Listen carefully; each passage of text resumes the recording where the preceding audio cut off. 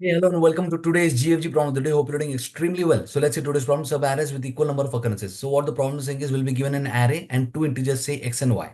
So what we want to do is we want to find out the number of sub-arrays in which the number of occurrences of x is equal to the number of occurrences of y. Okay, so let's see through this example. Okay, so there is this array and we have been given x and y, right?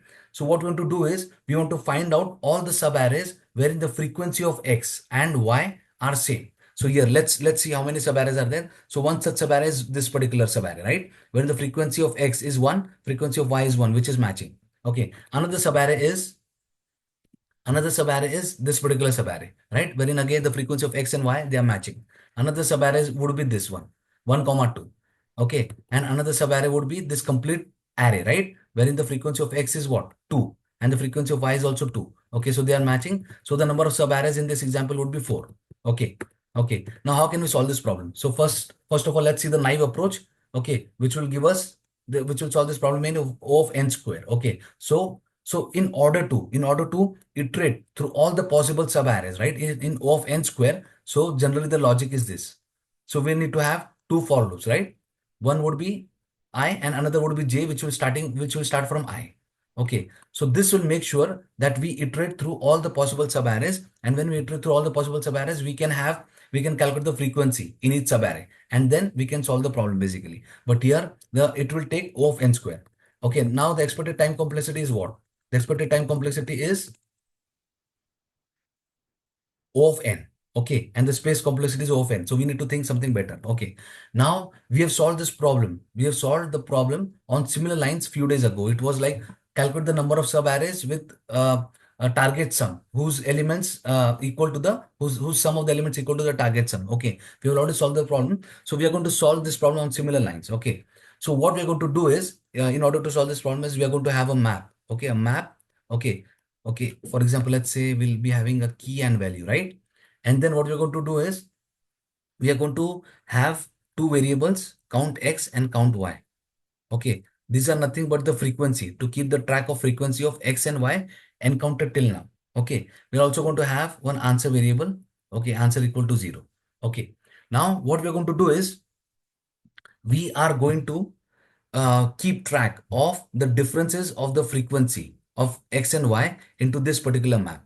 Okay, into this particular map. For example, so initially the frequency of x and y is what? It is 0, 0. So what is the difference between the frequencies 0 minus 0? It is 0, right?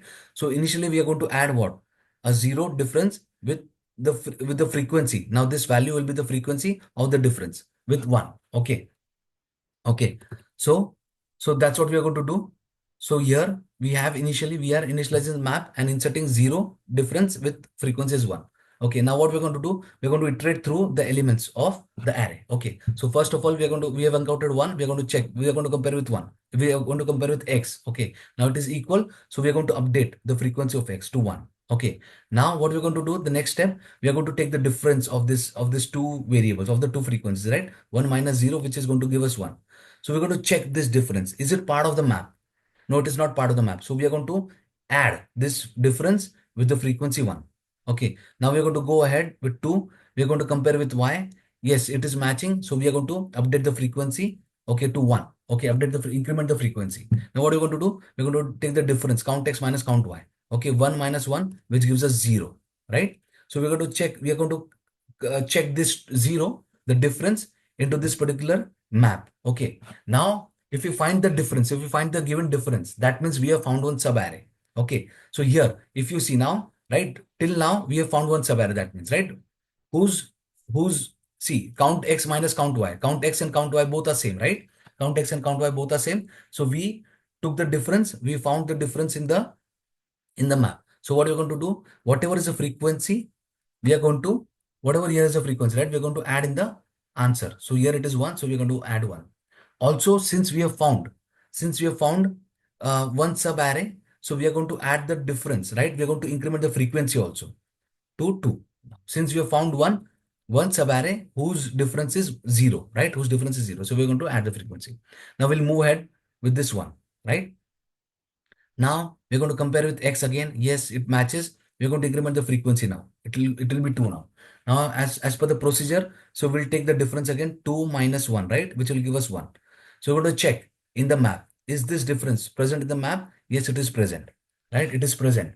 So we have found another subarray here. If you see, we have found another subarray, right? So what we're going to do, we're going to take the frequency, we're going to update the answer, and also since we have found this difference, right? We're also going to increment the frequency here, which will make us 2 now. Okay. Now we'll come across this particular 2. Okay. We'll compare with the y. Yes, it matches. So we are going to do what? We are going to increment the frequency of 2 of y, right? And then as per the procedure, we are going to take the difference. 2 minus 2, it gives us 0. Again, we're going to check here, right? Yes, 0 is present. So whatever is the frequency, we are going to update in the answer, which will give us 4, right? Which will give us 4. And hence, this is it. We'll get the answer as 4, and we have exhausted uh, all the elements, right? And finally, we'll return this answer. Okay, so this will be the intuition behind solving the problem. Okay, now let's quickly go and code. Okay, before going to the code, I'll request you to subscribe to my channel, like the video. Thank you so much. So let's go and code now. Map will take as per the discussion, right? Integer comma integer map equal to new hash map. Okay, then what are we going to do? Map dot put, as I told, that we are going to put the frequency of 0 and increment the sorry, put the difference of 0 and with frequency 1. Okay, then we'll have two variables, count x equal to 0, count y equal to 0. Then what? We'll have answer as well. Okay, then we are going to iterate through the element, through the elements, right? So first I'm showing the Java code followed by C++. Okay. Now what are we going to do? We are going to compare if element equals x, right?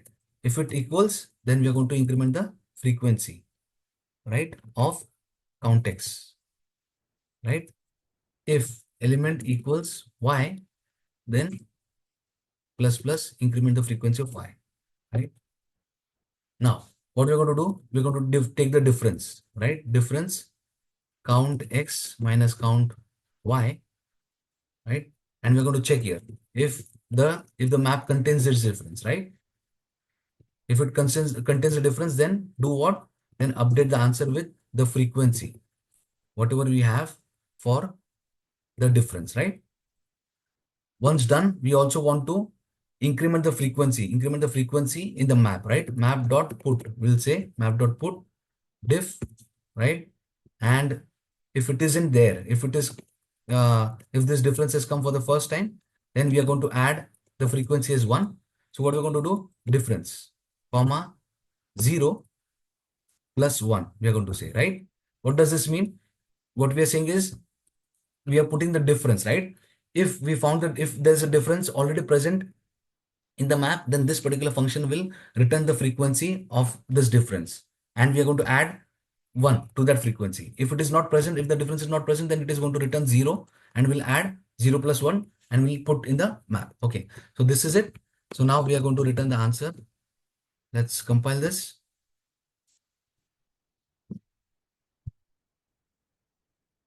Okay, there's some compilation error, get or default. Okay, sorry, it should be get or default. Let's compile it. Okay, let's submit. Okay, I hope you've got the solution. Thanks for watching. The test has been processed. Please subscribe to my channel, like the video. Let's quickly see the C++ code as well. I'll also attach the code in the comment section. So here we are taking the unordered map. Then we, as per the discussion, we are going to add the difference and the frequency, right? The difference of 0. Then we are going to have 3 variables as I told. Then we are going to check here. If the element matches the x, then increment the frequency. If it matches the y, then increment the frequency of y. Okay, have the difference. Then check if it is part of map. If it is part of map, add the frequency of the difference into the answer. Also increment the difference frequency. Okay, so this is it. I'll attach the code in the comment section. Thanks for watching. Please subscribe to my channel, like the video. Have a happy, healthy, and a great day. Thank you so much.